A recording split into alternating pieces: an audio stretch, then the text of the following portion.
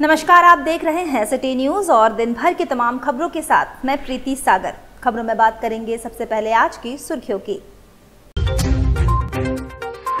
गम्हरिया में झामुमो नेता सुखराम टूडू पर जानलेवा हमला मामले में 2 आरोपी गिरफ्तार, गुप्ती बरामद। अवैध खनन एवं परिवहन के विरुद्ध खनन टास्क फोर्स की कार्रवाई में 3 वाहन जब्त। दरभंगा में 2.75 करोड़ से बनेगा 100 बेडेड छात्रावास, केंद्रीय शिक्षा मंत्री ने किया ऑनलाइन शिलान्यास। और जिला परिवहन कार्यालय में आयोजित विशेष कैंप में 24 ऑटो रिक्शा को जारी किया गया परमिट। खबरें अब विस्तार से। गम्हरिया में झामुमो नेता सुखराम टूडू पर जानलेवा हमला मामले में 2 आरोपी गिरफ्तार किए गए और गुप्ती बरामद किया गया। पुलिस ने रामचंद्रपुर गांव में बीते दिनों झामुमो नेता रामचंद्र टूडू पर जानलेवा हमला करने के मामले में 2 आरोपियों को गिरफ्तार किया है। यह कार्रवाई गम्हरिया थाना कांड संख्या 76/25 28 जुलाई के आधार पर की गई। इस कांड की वादिनी वांगी टूडू ने अपने पति सुखराम टूडू पर जानलेवा हमले की शिकायत की थी। प्राथमिकी अभियुक्त सुजीत घोष और एक अन्य युवक पर हमला करने का आरोप है। पुलिस ने त्वरित कार्रवाई करते हुए छापेमारी टीम का गठन किया। भौतिक, तकनीकी और परिस्थितिजन्य साक्ष्यों के आधार पर दोनों आरोपियों को गिरफ्तार किया गया है। गिरफ्तार आरोपियों में सुजीत कुमार घोष, जिसकी उम्र करीब 42 वर्ष है, सामू हासदा, जिसकी उम्र करीब 19 वर्ष बताई जा रही है। पूछताछ में दोनों ने अपराध स्वीकार किया है। उनकी निशानदेही पर घटना में प्रयुक्त गुप्ती भी बरामद की गई है। उधर कोचाई के उच्च विद्यालय दरभंगा में 2.75 करोड़ से बनेगा 100 बेडेड छात्रावास, केंद्रीय शिक्षा मंत्री ने किया ऑनलाइन शिलान्यास। छात्रों को बेहतर शैक्षणिक माहौल मिलेगा, मंत्री ने कहा। अखिल भारतीय शिक्षा समागम 2025 के तहत धरती आबा झारखंड ग्रामीण उत्कर्ष अभियान के अंतर्गत कुचाई प्रखंड के राज्य संशोधित उच्च विद्यालय दलबंगा में 2.75 करोड़ की लागत से 100 बेडेड वाला छात्रावास बनेगा, जिसका विधिवत शिलान्यास ऑनलाइन देश के केंद्रीय मंत्री धर्मेंद्र प्रधान ने की। हालांकि राज्य संपोषित राज्य उच्च विद्यालय दलबंगा परिसर में सांसद प्रतिनिधि छोट राय, किशकू सांसद प्रतिनिधि मान सिंह मुंडा, जिला शिक्षा अधीक्षक कैलाश मिश्रा, प्रखंड विकास पदाधिकारी साधुचरण देवगन, जिला परिषद सदस्य झिग्गी हिमरम, खरसुआ प्रखंड शिक्षा प्रचार पदाधिकारी नवल किशोर सिंह आदि ने नारियल फोड़कर शिलापट का अनावरण कर छात्रावास निर्माण कार्य का शिलान्यास किया। इधर अवैध खनन एवं परिवहन के विरुद्ध खनन टास्क फोर्स की कार्रवाई में 3 वाहन जब्त किए गए।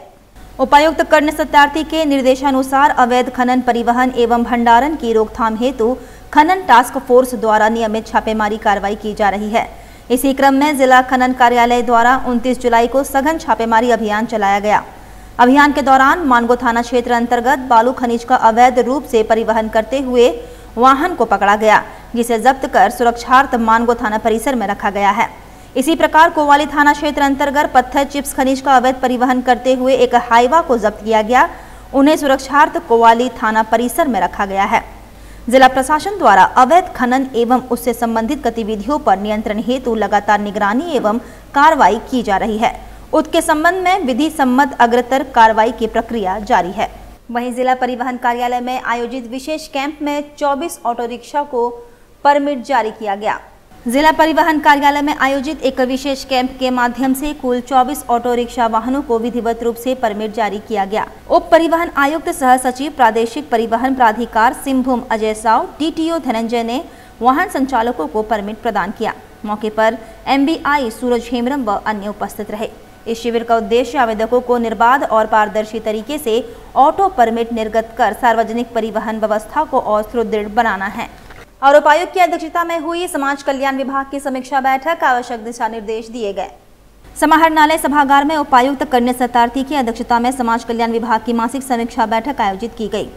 प्रभारी जिला समाज कल्याण पदाधिकारी डेविड बलिहार, SDPO, महिला सुपरवाइजर व अन्य संबंधित बैठक में उपस्थित रहे तथा सभी CO सह CDPO ऑनलाइन जुड़े। बैठक में उपायुक्त ने स्पष्ट निर्देश देते हुए कहा कि विभागीय योजनाओं में लापरवाही या धीमी प्रगति किसी भी स्तर पर स्वीकार नहीं की जाएगी। कार्यों को प्राथमिकता देते हुए तय समय सीमा में गुणवत्ता के साथ पूर्ण किया जाना सुनिश्चित किया जाए। सेविका के 41 और सहायिका के 54 पद जिले में रिक्त है। उपायुक्त ने कहा कि इन पदों के रिक्त रहने से सेवाओं में बाधा उत्पन्न होती है, अतः 1 माह के भीतर सभी रिक्त पदों की नियुक्ति प्रक्रिया पूर्ण कर ली जाए। जिले में कुल 1118 आंगनबाड़ी केंद्र सरकारी भवनों में संचालित है, जबकि 213 केंद्रों का निर्माण कार्य प्रगति पर है। उपायुक्त ने सभी अंचल अधिकारियों को स्पष्ट निर्देश देते हुए कहा, निर्माण कार्यों की नियमित निगरानी की जाए, निर्माण में गुणवत्ता सुनिश्चित की जाए तथा तय समय सीमा के कार्य को पूर्ण कर भवन का हस्तांतरण प्रारंभ किया जाए। उन्होंने यह भी कहा कि आगामी माह में भवनों की पूर्णता की स्थिति रिपोर्ट में स्पष्ट रूप से प्रदर्शित होनी चाहिए। शौचालय सुविधा की समीक्षा के क्रम में ये सामने आया कि 79% आंगनबाड़ी केंद्रों में शौचालय उपलब्ध है, जबकि 199 केंद्रों में निर्माण कार्य चल रहा है।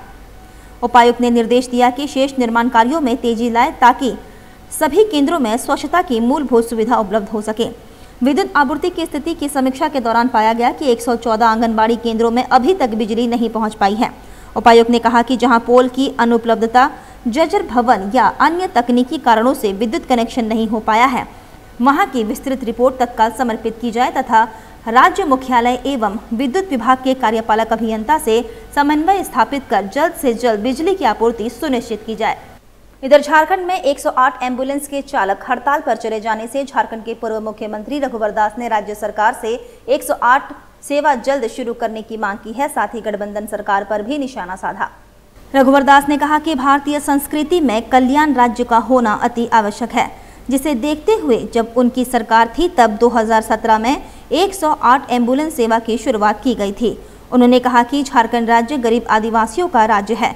यहाँ दूर दराज से मरीजों को अस्पताल पहुँचने में दिक्कतों का सामना करना पड़ता था, जिसे देखते हुए 108 एम्बुलेंस की सुविधा राज्य में शुरू की गई थी ताकि किसी भी गरीब आदिवासी हो या फिर आम गरीब लोग, उनको इस एम्बुलेंस की सुविधा मिल सके। उन्होंने कहा 108 एम्बुलेंस राज्य के गरीब तबके के लोगों को स्वास्थ्य लाभ के लिए इसकी शुरुआत की गई है। वहीं 3 वर्षों तक 108 एम्बुलेंस की सुविधा सुचारू रूप से चल रही थी, मगर जब से राज्य में झामुमो कांग्रेस गठबंधन की सरकार बनी तब से इस सुविधा में कमी आनी शुरू हो गई। आज हाल ये है कि पूरे राज्य में 108 एम्बुलेंस सेवा ठप है।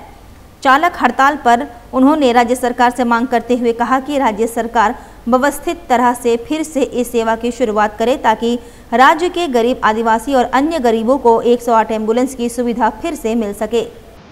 3 साल जब तक हमारी सरकार बहुत सुव्यवस्थित ढंग से चली, लेकिन जब से जेएमएम कांग्रेस आरजेडी गठबंधन की सरकार बनी तब से ये लगातार शिकायत आ रही है। मीडिया समाचार पत्र के माध्यम से सरकार का ध्यान आकृष्ट भी हो रही है और जो एम्बुलेंस चालक है तो लगातार अपनी मांग को, पहली बार हड़ताल नहीं, इससे पहले भी एक बार और हड़ताल, लेकिन ये सरकार को संवेदनशील होनी चाहिए, लेकिन ये सरकार असंवेदनशील सरकार, और इसीलिए 3-4 दिन हो गए सरकार के कानों में जू नहीं हुई, जबकि झारखंड के गरीब जनता आदिवासी समाज के जरिए आज एम्बुलेंस किसी हॉस्पिटल में जाने के लिए उनको 3 गुने 4 गुने आज कीमत अदा करना पड़ा। तो मैं सरकार से मांग करता हूँ कि संवेदनशील होकर जो हमारे चालक हड़ताल पर, उनसे अविलंब बुलाकर उनकी समस्या को सुनकर समाधान करनी चाहिए ताकि 108 एम्बुलेंस सुचारू रूप से चल सके और गरीब को राहत मिल सके। उधर सरायकेला खरसावां जिले में झारखंड मुक्ति मोर्चा नव नियुक्त मोर्चा अध्यक्षों का स्वागत झामुमो नेता सह विधानसभा प्रत्याशी गणेश महाले के नेतृत्व में किया गया। आदित्यपुर इमली चौक स्थित झामुमो कार्यालय में आयोजित मोर्चा अध्यक्षकों के सम्मान समारोह में युवा मोर्चा, महिला मोर्चा, किसान मोर्चा एवं अल्पसंख्यक मोर्चा के नवनियुक्त पदाधिकारियों को फूलमाला एवं गुलदस्ता भेंट कर सम्मानित किया गया। संगठन को मजबूत दिलाने संबंधित संकल्प दिलाया गया। इस मौके पर झारखंड मुक्ति मोर्चा युवा मोर्चा के दोबारा जिला अध्यक्ष बने भुगलू सोरेन ने कहा कि पार्टी ने दोबारा इस पर जो विश्वास जताया है इसका 100% पालन करेंगे। भुगलू सोरेन ने कहा कि दिशोम गुरु शिबू सोरेन मुख्यमंत्री हेमंत सोरेन के नीति सिद्धांतों और पार्टी के कार्यों के माध्यम से जन जन तक पहुंचाने का कार्य युवा मोर्चा की टीम करेगी। मौके पर गणेश महाली ने नवनियुक्त मोर्चा अध्यक्षों को शुभकामना देते हुए जमीनी स्तर पर पार्टी को आगे बढ़ाने संबंधित बातें कही। आदित्यपुर इमली चौक पार्टी कार्यालय में जो लोग अभी जो हमारा नया वर्ग संगठन बना है और वर्ग संगठन में जिन लोगों को भी हमारा पार्टी की तरफ से नया जिम्मेदारी दिया है, जिम्मेदारी मिला है, वैसे सभी हमारे नवनियुक्त पदाधिकारियों को आज आदितपुर पार्टी के कार्यालय में, जैसे युवा मोर्चा का हमारे नवनियुक्त अध्यक्ष भाई भुगलू सोरेन जी, महिला मोर्चा अध्यक्ष बहन सुशीला तांती जी और उनका सारा टीम, जो वर्ग संगठन से जो टीम बना, उन सभी टीमों को आज पार्टी की तरफ से सभी को बुके गुलदस्ता देकर सबका स्वागत किया गया। और आज जिस तरह पार्टी में कार्यकर्ताओं में जो ऊर्जा देखने को मिल रहा, निश्चित रूप से आने वाला समय सरायकेला खरसावां जिला में संगठन और मजबूती के साथ संगठन मजबूत होगा। जिला के सभी बूथ स्तर पे हमारे युवा मोर्चा, महिला मोर्चा का सभी टीम जमीनी स्तर पर हमारा संगठन को और ज़्यादा मजबूत करने के लिए सभी लोगों का सहभागिता के साथ सभी लोग हमें मिलजुल कर संगठन को और मजबूत करने का काम करें। बोलिए। आज इस अभिनंदन समारोह में एक बार फिर पार्टी के माननीय हेमंत सोरेन, हमारे गुरुजी, हमारे विधायक दशरथ टगराई, हमारे विधायक सविता महतो, संगठन के हमारे गणेश चौधरी जी, जिलाध्यक्ष शिवेंद्र महतो जी, हमारे पूर्व प्रत्याशी गणेश माली जी, इन सभी लोगों का आशीर्वाद आज पुनः मैं इस युवा मोर्चा के पद पे पदस्थापित हुआ। मैं सभी का आभारी हूँ और पार्टी के कदम से कदम में ताल मिला करके पार्टी को आगे बढ़ाने का काम करूँगा। सभी के जन भावनाओं को लेते हुए पार्टी के नाम को आगे बढ़ाऊँगा, सभी के दुख को हरने का काम करूँगा। इन शब्दों के साथ मैं सभी को शुभकामनाएं देता हूँ। आगे पार्टी झारखंड मुक्ति मोर्चा, युवा मोर्चा साथ में तालमेल करके अपना हेमंत सोरेन के हाथों को मजबूत करेगी। वही सामाजिक संस्था नारी के तत्वाधान में बिष्टुपुर स्थित मिलानी सभागार में 2 दिवसीय प्रदर्शनी का आयोजन किया जाएगा।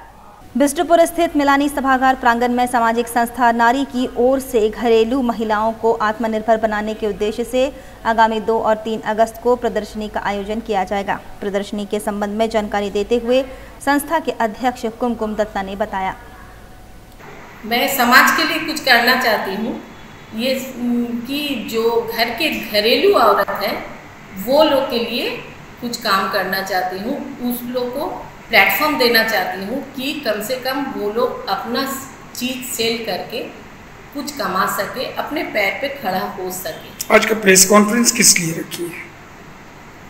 इसीलिए रखे हैं कि कम से कम जमशेदपुर के वासी जान सके कि एग्जीबिशन जो हो रहा है वो लोग पधारे और मेरे सफल मंडित करें। ये एग्जीबिशन कहाँ और कब हो रहा है? ये एग्जीबिशन मिलोनी हॉल में हो रहा है 2 अगस्त और 3 अगस्त। कितने दिन का एग्जीबिशन है? 2 दिन का है। कुल कितने स्टॉल लग रहे हैं? 15 स्टॉल लग रहा है और उसमें 2 स्टॉल फूड का है, जो कि हम सीनियर सिटीजन जो है उनको हम फ्री में स्टॉल देते हैं और वो अपने हाथ से ही बना के वहाँ पे आएंगे। इससे पहले भी आप लगाई? हाँ, मेरा कम से कम 15-16 साल हो रहा है हम एग्जीबिशन करते हैं। और बारेडीह स्थित जमशेदपुर पब्लिक स्कूल प्रांगण में वार्षिक पुरस्कार संध्या कार्यक्रम का आयोजन किया गया। मेधावी छात्रों को सम्मानित किया गया। बारेडीह स्थित जमशेदपुर पब्लिक स्कूल प्रांगण में वार्षिक पुरस्कार संध्या कार्यक्रम का आयोजन किया गया। कार्यक्रम में मेधावी छात्रों को सम्मानित किया गया। कार्यक्रम का शुभारंभ विद्वत दीप प्रज्वलित कर किया गया, जिसके उपरांत छात्रों के द्वारा रंगारंग सांस्कृतिक प्रदर्शन किया गया। कार्यक्रम में मुख्य अतिथि के रूप में पारसनाथ मिश्रा, प्राचार्य नमिता अग्रवाल, परिधि सिंह, मौसमी समेत शिक्षक प्रतिनिधि उपस्थित थे। वक्त तो चला है अब एक छोटे से ब्रेक का। ब्रेक के बाद खबरें और भी है, तब तक के लिए देखते रहिए सिटी न्यूज। रेमंड अपने कपड़ों और परिधान उत्पादों विशेष रूप से शूटिंग्स शर्टिंग्स कपड़ों के लिए प्रसिद्ध है। लोग शादी के सीजन में खासकर रेमंड के ही सूट्स की खरीदारी करते हैं, तभी तो रेमंड द कंप्लीट मैन कहा गया है। साथ ही रोजाना ऑफिस में पहनने के लिए फॉर्मल्स कपड़े भी लोग रेमंड के ही पसंद करते हैं। अब जमशेदपुर के मानगो में भी रेमंड शोरूम का नया ब्रांच खुल गया है, जहां आप अपने पसंद की शूटिंग शर्टिंग्स रेडीमेड और एक्सेसरीज की जमकर खरीदारी कर सकते हैं। रेमंड शॉप में चल रहा है स्पेशल ऑफर। यहां आपको 15,000 की खरीदारी पर मिलेगा एक सिल्वर कॉइन मुफ्त, साथ ही 5,000 की खरीदारी पर एक पिलो। हमारा पता है opposite nature park, road number 15, Jawahar Nagar, Mango, Jamshedpur. हमारा फोन नंबर है 7870302288।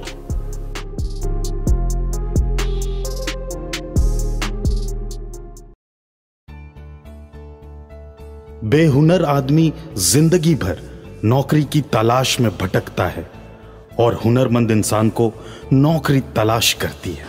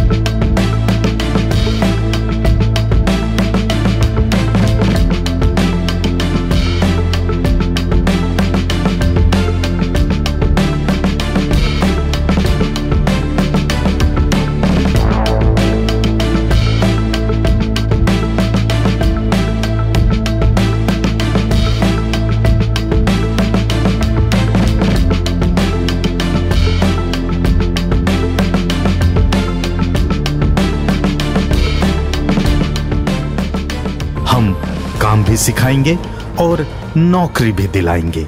अधिक जानकारी के लिए संपर्क करें अंतर्राष्ट्रीय मान्यता प्राप्त Rabia technical institute and placements council approved by government of India और देखें हमारा वेबसाइट www.rabiainstitute.in।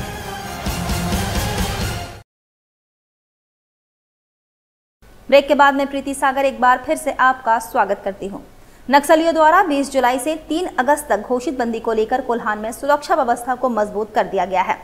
पुलिस मुख्यालय से लेकर थानों तक अलर्ट जारी कर दिया गया है। सभी थाना प्रभारियों को लगातार गश्त करने और संदिग्ध गतिविधियों पर पैनी नजर रखने का आदेश दिया गया है ताकि किसी भी तरह की अनहोनी को रोका जा सके। इस सिलसिले में कोल्हान क्षेत्र के डीआईजी अनुरंजन किस्पोट्टा ने बुधवार को जमशेदपुर पहुंचकर वरिष्ठ पुलिस अधिकारियों के साथ समीक्षा बैठक की। यह बैठक एसएसपी कार्यालय में हुई, जिसमें SSP Piyush Pandey, city SP, ग्रामीण एसपी, सभी डीएसपी और थाना प्रभारी शामिल हुए। बैठक में डीआईजी ने कहा कि पश्चिमी सिंहभूम जिला नक्सल प्रभावित है, जहां लगातार अभियान चलाया जा रहा है। उन्होंने अधिकारियों को निर्देश दिया कि पिछले 5 सालों से लंबित सभी आपराधिक मामलों की फाइलों को फिर से खोला जाए और तेजी से कार्यवाही करते हुए आरोपियों की गिरफ्तारी सुनिश्चित की जाए। जानकारी के अनुसार ऐसे करीब 70 मामले हैं जिनमें अब तक कोई ठोस कार्यवाही नहीं हो पाई है। इसके अलावा 2 साल से पुराने मामलों को भी सुलझाने पर जोर दिया है। डीआईजी ने सभी फरार आरोपियों की सूची बनाकर उन्हें पकड़ने के लिए विशेष टीम बनाने का निर्देश दिया है। उन्होंने कहा कि अपराधियों को किसी भी कीमत पर बख्शा नहीं जाएगा और नक्सलियों की कोई भी साजिश सफल नहीं होने दी जाएगी। नक्सली बंदी के दौरान किसी भी अप्रिय घटना से निपटने के लिए पुलिस पूरी तरह मुस्तैद है। कोल्हान के संवेदनशील इलाकों में तलाशी अभियान तेज कर दिया गया है और लगातार गश्त की जा रही है ताकि आम नागरिकों की सुरक्षा सुनिश्चित की जा सके। आज पूर्वी सिंहभूम जिला के पुलिस उपाधीक्षक, पुलिस निरीक्षकों और सीनियर एसपी, सिटी एसपी के साथ एक समीक्षा बैठक रखी गई थी, जिसमें मुख्यतः विभागीय कार्रवाई और पूर्व से लंबित 5 साल से अधिक 2 साल से अधिक लंबित कांडों की समीक्षा की गई, जिसमें उन्हें दिशा निर्देश दिया गया है कि आप सभी जो डिपार्टमेंटल प्रोसेसिंग होते हैं उसको विद इन टाइम डिस्पोज करें और सारे जो पुराने लंबित कांड हैं उसकी समीक्षा करके समीक्षा प्रतिवेदन साबित करें। तो नहीं, बट कुछ 5 साल से ज़्यादा लंबित कभी 70 हैं अभी, और 2 साल से की संख्या निकाल के CTS पे आपको उपलब्ध करा देंगे। तो 2 साल से जो अधिक लंबित हैं, तो ऐसे 5 साल से अधिक 70 कांड लंबित है अभी, जिसके लिए उन्हें दिशा निर्देश दिया गया कि 15 दिनों में सभी जो पर्यवेक्षी पदाधिकारी हैं कांडों का समीक्षा करेंगे और प्रगति प्रतिवेदन समर्पित करेंगे, सो डैट की कांडों का निष्पादन समय किया जा सके। ये के विरुद्ध सारे लोग अलर्ट मोड में है, प्लस इसके लिए पश्चिम सिंहभूम ज़्यादा प्रभावित है आज के दिनों में, तो वहाँ अभियान जारी है और निरंतर अभियान सूचना संकलन के आधार पर किए जा रहे हैं। विगत दिनों आपने देखा भी होगा बहुत सारी रिकवरियाँ भी हुई है, तो ये सतत प्रक्रिया है, इसमें हम लोग प्रयास कर रहे हैं और इस दौरान हम लोग प्रयास कर रहे हैं कि कोई अप्रिय घटना ना घटे।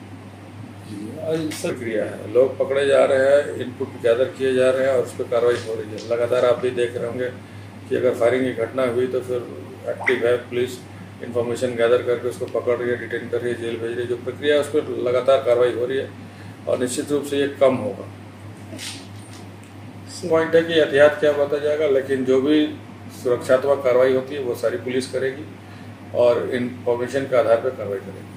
इधर नारी शक्ति द्वारा भव्य सावन महोत्सव का आयोजन किया गया। वहीं विधायक पूर्णिमा साहू भी महिलाओं के साथ सावन के गीतों पर झूमती नजर आई।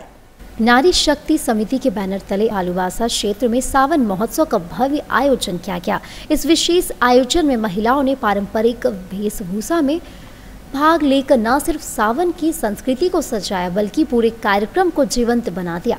कार्यक्रम में बतौर मुख्य अतिथि पूर्वी की विधायक पूर्णिमा साहू शामिल हुई, जिनकी उपस्थिति ने कार्यक्रम की शोभा को और बढ़ा दिया।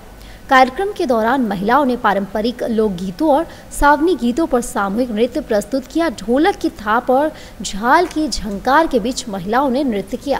अपने नेतृत्व क्षमता के बलबूते पर ये कार्यक्रम आयोजित करते हैं और सभी महिलाएं हर्षोल्लास के साथ अपने अंदर के पसना को, मैं तो यही कहूँगी कि वो यहाँ खुल के जीती।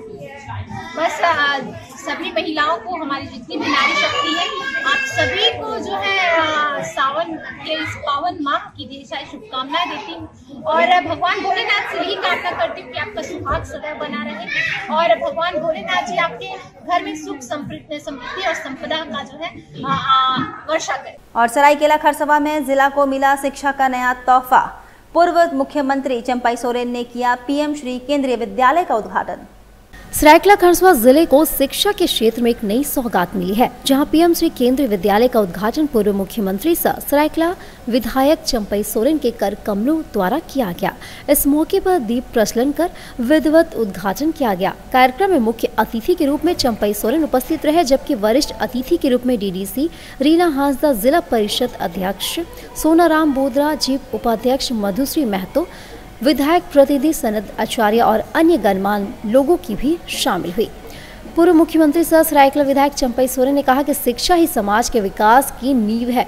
पीएम श्री स्कूल योजना के तहत सरायकेला में केंद्रीय विद्यालय की स्थापना एक बड़ा कदम है। इससे यहाँ के बच्चों को गुणवत्तापूर्ण शिक्षा प्राप्त होगी और उनका भविष्य सशक्त बनेगा। क्षेत्र में आदिवासी बहुल क्षेत्र में ये केंद्रीय विद्यालय आज भवन कंप्लीट में उद्घाटन किया गया। मैक्सिमम यहाँ पर ग्रामीण क्षेत्र का ही विद्यार्थी है। ये भी मुझे जानकारी मिला कोई एनजीओ के शायद माध्यम से चला रहे और अच्छा है।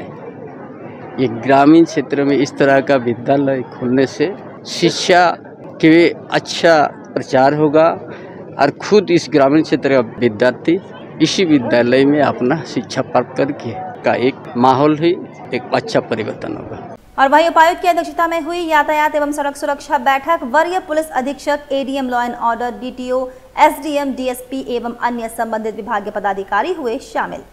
जमशेदपुर में उपायुक्त कन्या सत्यार्थी की अध्यक्षता में यातायात एवं सड़क सुरक्षा की बैठक आयोजित की गई। बैठक में सड़क दुर्घटनाओं पर प्रभावी नियंत्रण एवं सड़क सुरक्षा नियमों के सख्ती से अनुपालन के साथ साथ हिट एंड रन मामलों का मुआवजा भुगतान एवं अन्य संबंधित विषयों पर विस्तार से चर्चा की गई।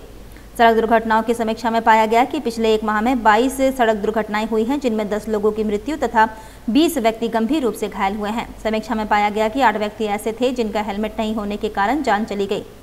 उपायुक्त एवं वरीय पुलिस अधीक्षक द्वारा इस पर गंभीर चिंता जताते हुए पेट्रोल पंप संचालकों के साथ बैठक कर हेलमेट नहीं पहनने वालों को पेट्रोल नहीं देने, ट्रैफिक पुलिस को सख्ती से जांच अभियान चलाने का निर्देश दिया गया। सड़क दुर्घटना के घायलों को गोल्डन आवर में अस्पताल पहुंचाने वाले गुड स्मार्टिन को प्रोत्साहित करने को भी निर्देश दिया गया है। इस मौके पर पोटका के खरियासाई निवासी गुड स्मार्टिन किशन गुप्ता को 2000 रुपये का प्रोत्साहन राशि प्रदान किया गया। जिले के वरीय पदाधिकारियों ने गुड स्मार्टिन की सहायता करने के लिए उन्हें इस नेक कार्य के लिए सराहना की, जिन्होंने सड़क दुर्घटना में घायल व्यक्ति को अस्पताल पहुंचाकर सराहनीय कार्य किया। गुड स्मार्टिन को कानूनी कार्रवाई से अलग रखा जाता है, इसकी भी जानकारी जनसंधारण तक पहुंचाने का निर्देश दिया गया। चलते चलते एक बार फिर से नजर डालेंगे अब तक की सुर्खियों पर। गम्हरिया में झामुमो नेता सुखराम टूडू पर जानलेवा हमला मामले में 2 आरोपी गिरफ्तार, गुप्त बरामद। अवैध खनन एवं परिवहन के विरुद्ध खनन टास्क फोर्स की कार्रवाई में 3 वाहन जब्त। दरभंगा में 2.75 करोड़ से बनेगा 100 बेडेड छात्रावास, केंद्रीय शिक्षा मंत्री ने किया ऑनलाइन शिलान्यास। और जिला परिवहन कार्यालय में आयोजित विशेष कैंप में 24 ऑटो रिक्शा को जारी किया गया परमिट। और अभी के लिए बस इतना ही। कल फिर मिलेंगे कुछ अन्य खबरों के साथ। तब तक के लिए दीजिए सिटी न्यूज की पूरी टीम को इजाजत। नमस्कार।